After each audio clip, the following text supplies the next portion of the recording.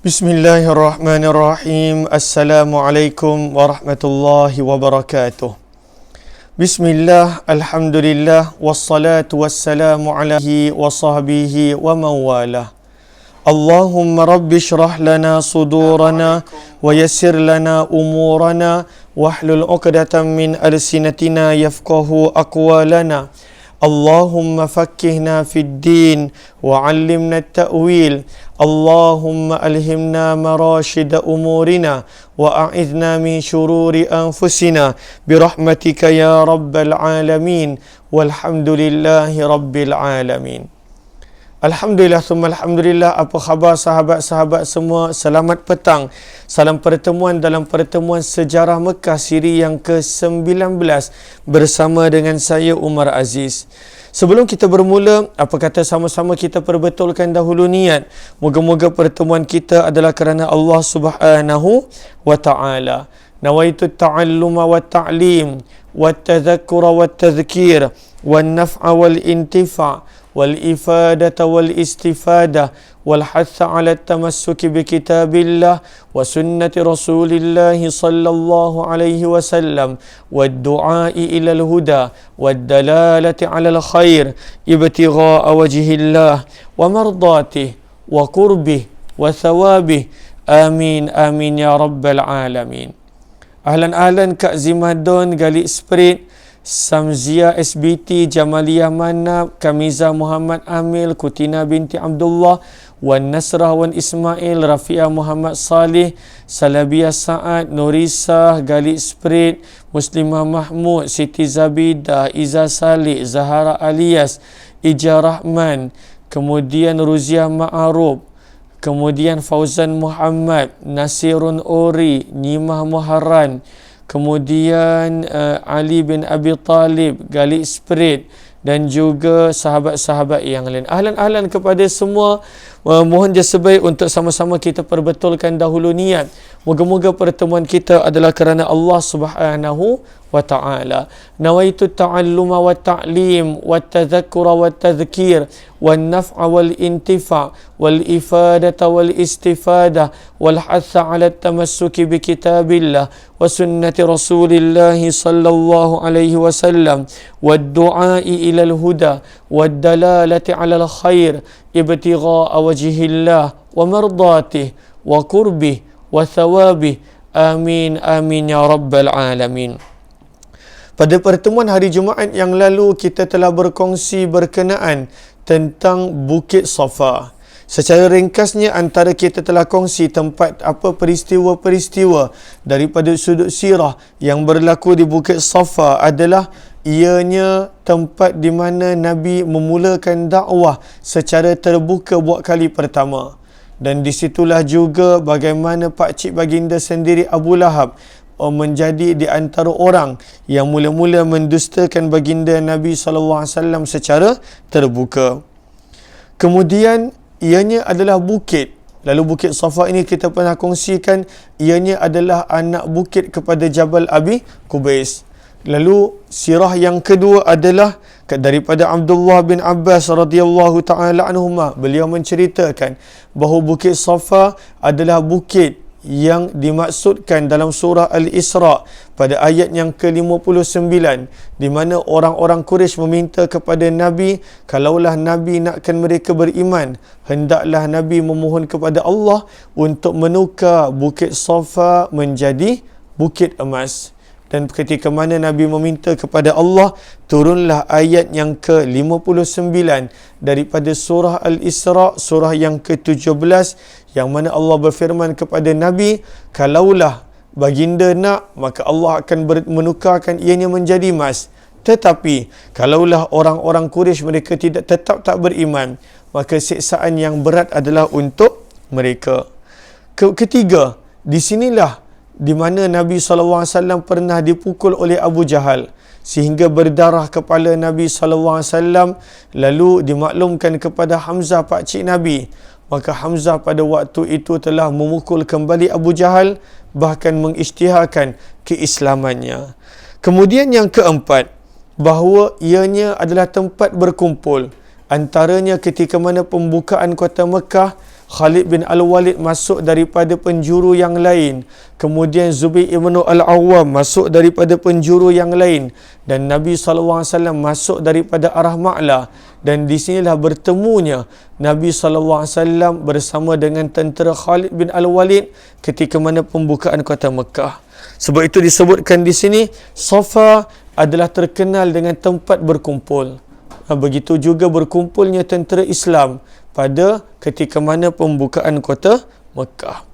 Kemudian antara peristiwa yang lain tentang Safa, di sinilah masuk Islamnya, kita telah kongsikan pada hari Jumaat yang lalu, akan orang-orang Quraisy.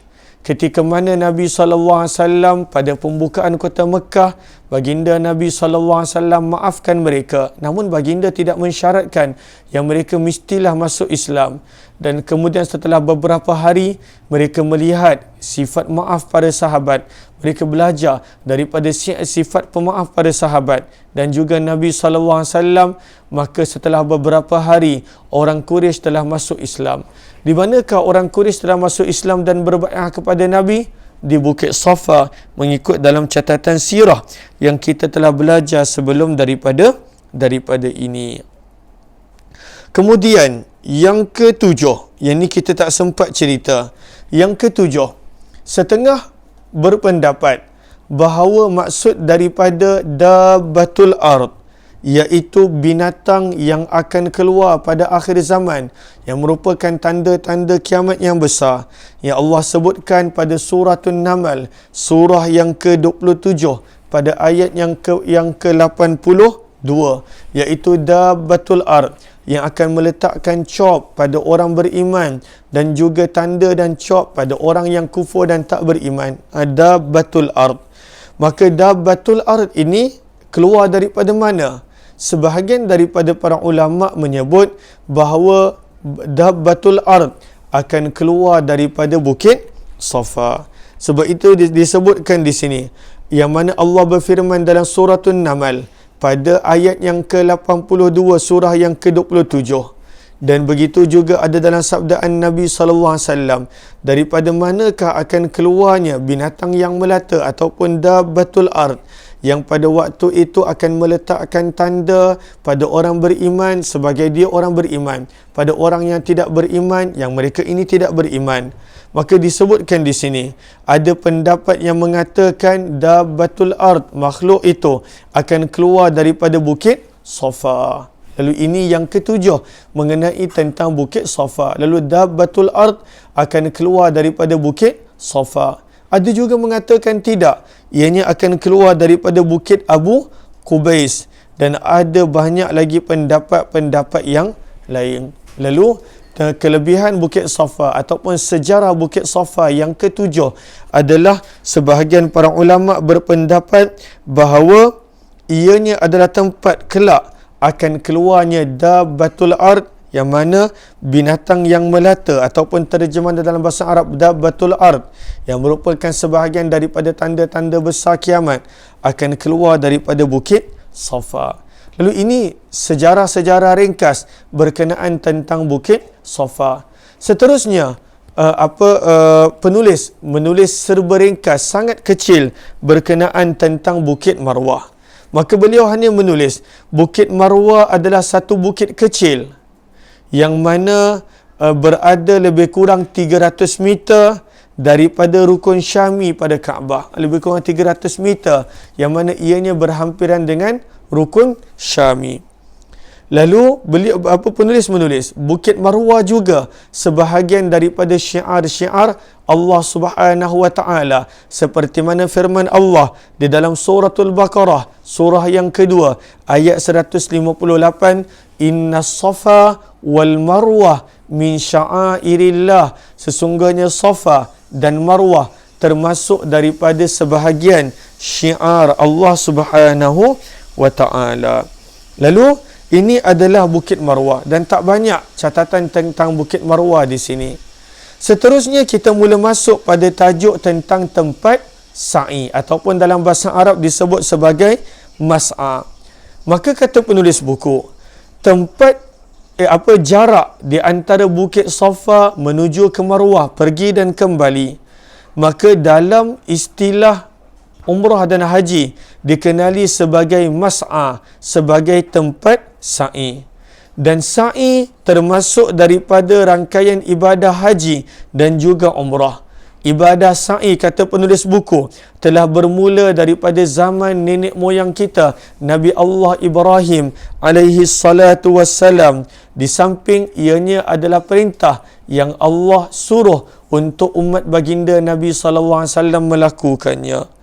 Maka apakah sejarah tentang sa'i yang bermula daripada zaman Nabi Ibrahim? Kita akan baca sebentar lagi. Kita nak tengok ada ke tidak gambar-gambar tempat sa'i. Allahumma salli ala sayyidina.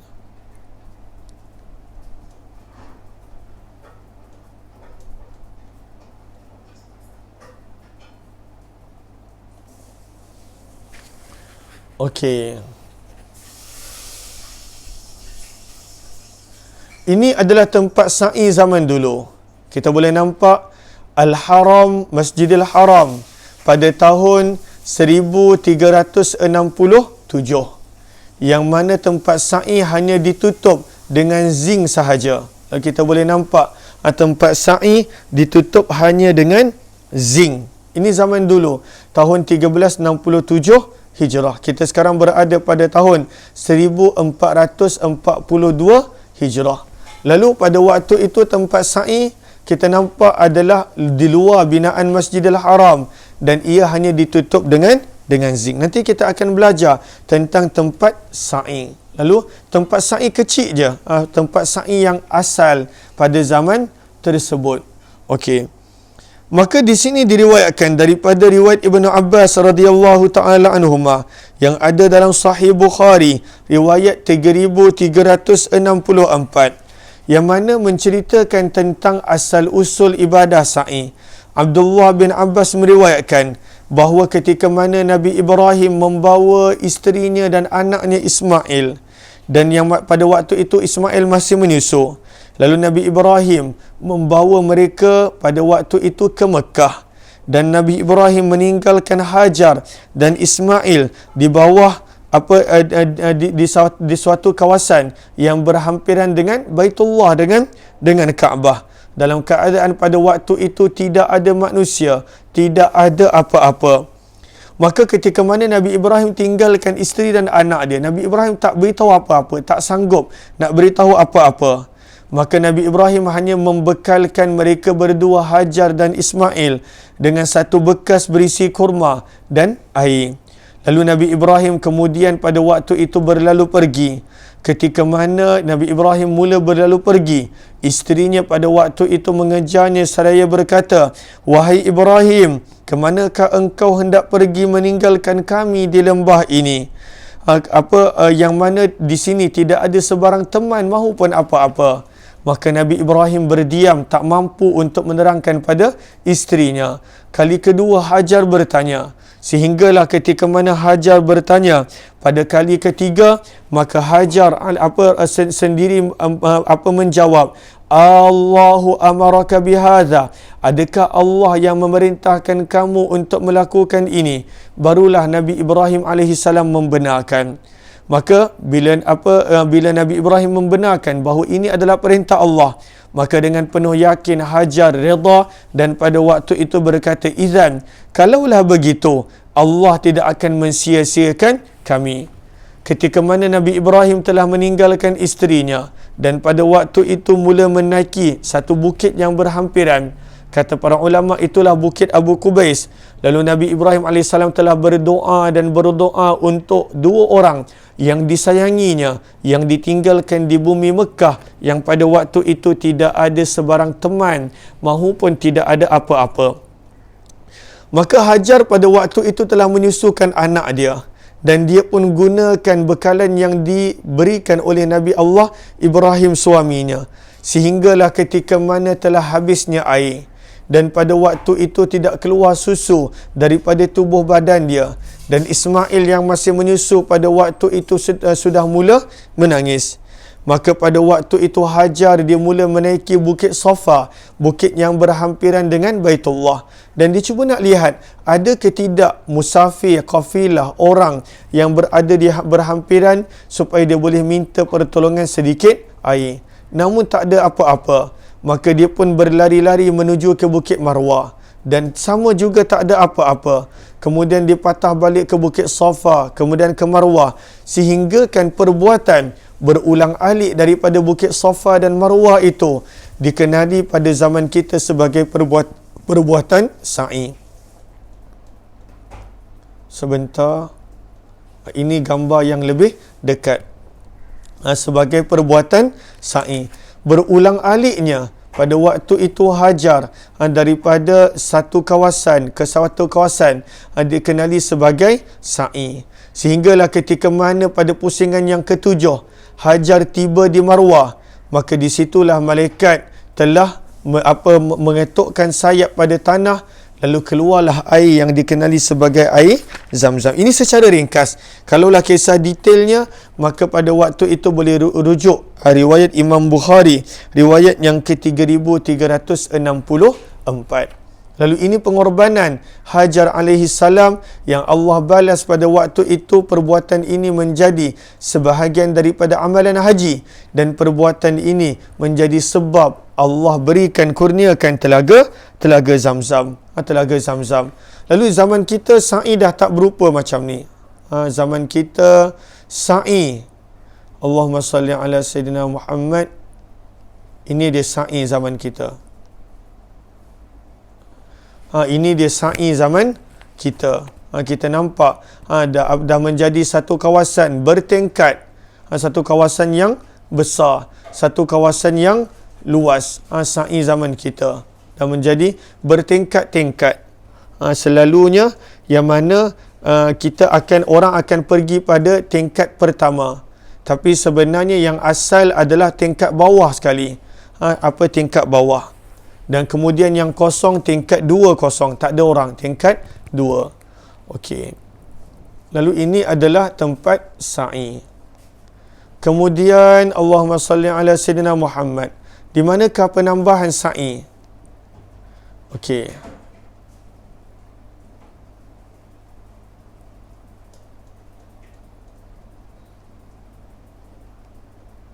Okey. Kan kita dah nampak tadi kawasan sa'i. Kawasan sa'i. Maka sebenarnya kawasan sa'i yang asal sebenarnya adalah kawasan tengah-tengah itu. Kerana kawasan sa'i kecil je pada asalnya. Kawasan yang tengah-tengah itu adalah kawasan sa'i yang asal. Adapun kawasan yang berada di kiri dan kanan. Lalu sebenarnya kawasan sa'i yang asal adalah kawasan laluan kerusi roda. Itu adalah kawasan sa'i yang asal. Adapun kawasan sa'i yang berada di kiri dan kanan laluan kerusi roda, sebenarnya itu adalah kawasan sa'i tambahan. Kawasan sa'i yang tambahan, yang ditambah kemudian.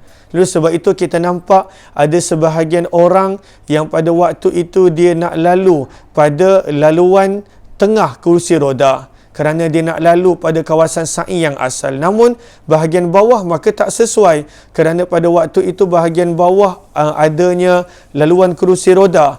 Maka ada orang naik ke tingkat 2. Nak lalu dekat bahagian laluan kerusi roda.